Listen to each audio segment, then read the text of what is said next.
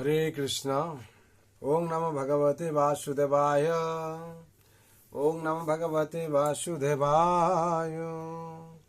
ओम नमो भगवते वासुदेवाय।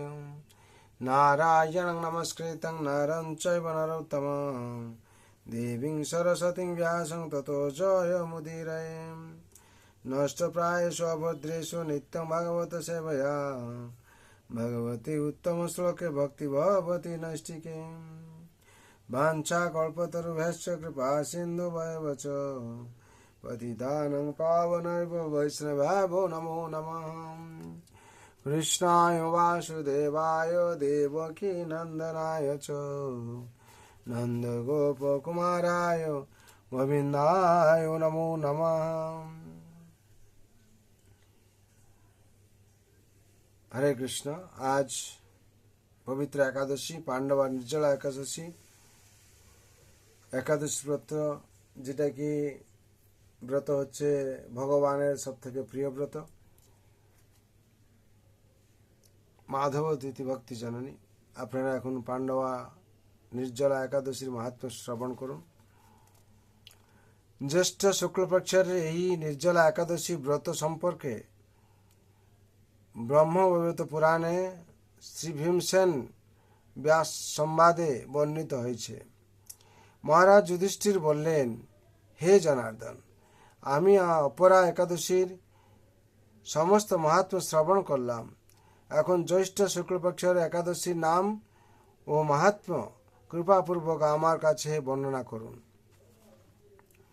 শ্রীকৃষ্ণ বললেন, এই একাদশী কথা মহর্ষি ব্যাসদেব বর্ণনা করবেন, কেননা তিনি সর্বশ্রেষ্ঠ। তিনি সর্বশাস্ত্রের অর্থ ও তত্ত্ব পূর্ণরূপে জানেন। রাজা যুধিষ্ঠির ব্যাসদেবকে বললেন, হে মহর্ষি দ্বৈপায়ন, আমি মানুষের লৌকিক ধর্ম এবং জ্ঞানকাণ্ডের বিষয়ে অনেক শ্রবণ করেছি। আপনি যথাযথভাবে ভক্তি বিষয়িনী কিছু ধর্মকথা এখন আমায় বর্ণনা করুন। ব্যাসদেব বললেন, হে মহারাজ, তুমি যেসব ধর্মকথা শুনেছ, এই কলিযুগের মানুষের পক্ষে সে সমস্ত পালন করা অত্যন্ত কঠিন, যা সুখে সামান্য খরচে অল্প কষ্টে সম্পাদন করা যায়, অথচ মহাফল প্রদান করে এবং সমস্ত শাস্ত্রের সার স্বরূপে সেই ধর্মই কলিযুগে মানুষের পক্ষে করা শ্রেয়। সেই ধর্মকথাই এখন আপনার কাছে বলছি। উভয় পক্ষের একাদশী দিনে ভোজন না করে উপবাস ব্রত করবে। দ্বাদশী দিনে স্নান করে শুচিশুদ্ধ হয়ে নিত্যকৃত্য সমাপনের পর শ্রীকৃষ্ণের অর্চন করবে। এরপর ব্রাহ্মণদেরকে প্রসাদ ভোজন করাবে।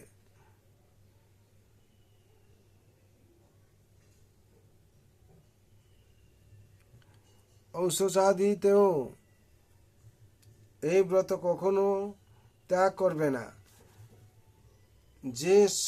যে সকল ব্যক্তি স্বর্গে যেতে চায়, তাদের সারা জীবন এই ব্রত পালন করা উচিত। পাপকর্মে ব্রত ও ধর্মহীন ব্যক্তিরাও যদি এই একাদশী দিনে ভোজন না করে, তবে তারা যমযাতনা থেকে রক্ষা পায়। শ্রী ব্যাসদেবের এসব কথা শুনে গদাধর ভীমসেন অশ্বত্থ পাতার মতো কাঁপতে কাঁপতে বলতে লাগলেন, হে মহাবুদ্ধি পিতামহ, মাতা কুন্তী, দ্রৌপদী, ভ্রাতা যুধিষ্ঠির, অর্জুন, নকুল ও সহদেব, এরা কেউ একাদশীর দিনে ভোজন করেন না। আমাকেও অন্ন গ্রহণ করতে নিষেধ করে, কিন্তু দুঃসহ দুঃসহ ক্ষুধা যন্ত্রণার জন্য আমি উপবাস করতে পারি না। ভীমসেনের এরকম কথায় ব্যাসদেব বলতে লাগলেন, যদি স্বর্গাদি দিব্য ধাম লাভে তোমার একান্ত ইচ্ছা থাকে, তবে উভয় পক্ষের একাদশীতে ভোজন করবে না। তদুত্তরে ভীমসেন বললেন, আমার নিবেদন এই যে, উপবাস তো দূরের কথা, দিনে একবার ভোজন করে থাকো আমার পক্ষে অসম্ভব। কারণ আমার উদরে বৃক নামে অগ্নি রয়েছে। ভোজন না করলে কিছুতেই সে শান্ত হয় না। তাই প্রতিদিন একাদশী পালনে আমি একবারেই অপারগ। হে মহর্ষি, বছরে একটি মাত্র একাদশী পালন করে যাতে আমি দিব্য ধাম লাভ করতে পারি, এরকম কোনো একাদশীর কথা আমাকে নিশ্চিত করে বলুন। তখন ব্যাসদেব বললেন, জ্যৈষ্ঠ মাসের শুক্লপক্ষের একাদশী তিথিতে জল পান পর্যন্ত না করে সম্পূর্ণ উপবাস থাকবে। তাতে আচমনে দোষ হবে না, দৈনিক দোষ হবে না। ওই দিন অন্নাদি গ্রহণ করলে ব্রত ভঙ্গ হয়। একাদশীর দিন সূর্যোদয় থেকে দ্বাদশী দিন সূর্যাস্ত একাদশীর দিন সূর্যোদয় থেকে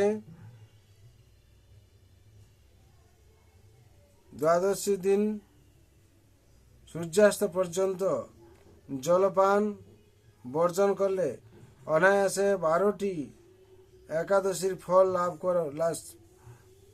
লাভ হয়। বছরের অন্যান্য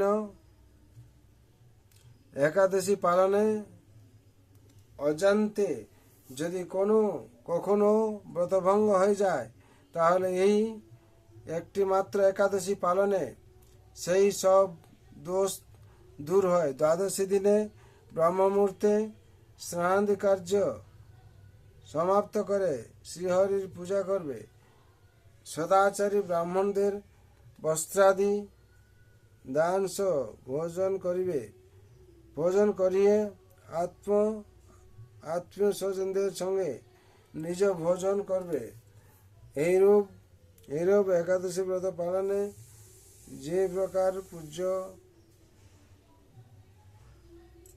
যে প্রকার পুণ্য সঞ্চিত হয়, এখন তা শ্রবণ করো। সারা বছরের সমস্ত একাদশীর ফলে এই একটি মাত্র ব্রত উপবাসে লাভ করা যায়। শঙ্খ চক্র গদা পদ্মধারী ভগবান শ্রীকৃষ্ণ আমাকে বলেছেন, বৈদিক ও লৌকিক সমস্ত ধর্ম পরিত্যাগ করে যারা একমাত্র আমার শরণাপন্ন হয়ে এই নির্জলা একাদশী ব্রত পালন করে তারা সর্বপাপ মুক্ত হয়। বিশেষত কলিযুগে ধন সম্পদ দানের মাধ্যমে সদ্গতি বা স্মার্ত সংস্কারের মাধ্যমেও যথার্থ কল্যাণ লাভ হয় না। কলিযুগে দ্রব্য শুদ্ধি নেই। কলিতে আক্রান্ত সম্পাদন কলিতে শাস্ত্রোক্ত সংস্কার বিশুদ্ধ হয় না। তাই বৈদিক ধর্ম কখনো সুসম্পন্ন হতে পারে না। হে ভীমসেন, তোমাকে বহু কথা বলার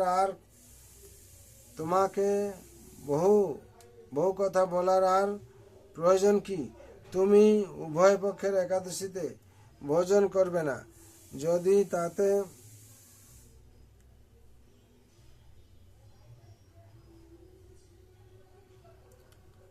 তাতে অসমর্থ হও, তবে জ্যৈষ্ঠ মাসের শুক্লপক্ষের একাদশীতে অবশ্যই নির্জলা উপবাস করবে। এই একাদশী ব্রত ধনধান্য ও পুণ্যদায়িনী। যমদূতগণ এই ব্রত পালনকারীকে মৃত্যুর পরেও স্পর্শ করতে পারে না।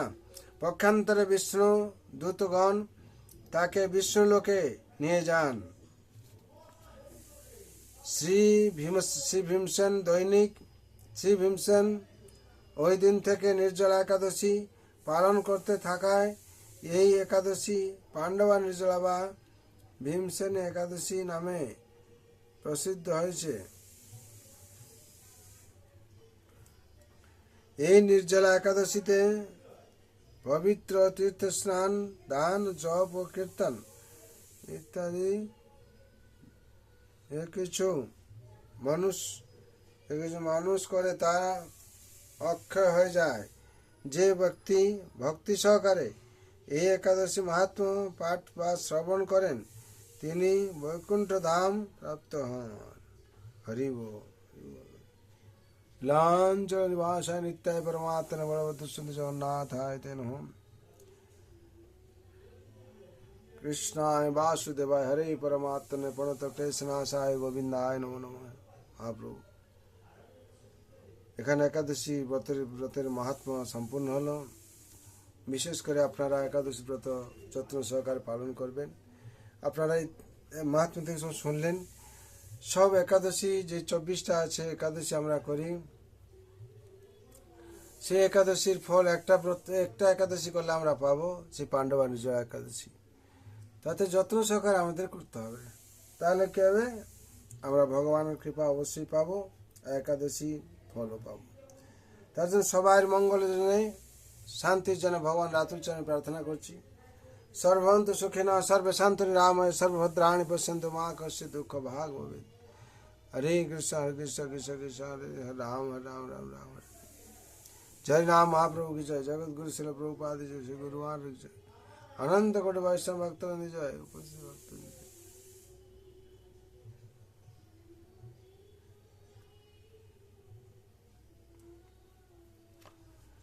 जगत गुरु शिल प्रभुपाद जय। श्री गुरु महाराज की जय। अनंत कोटि वैष्णव भक्तवृंद जय। एकादशी महात्मा की जय। निताय गौर प्रेमानंदे। हरि हरि बोल, हरि हरि बोल।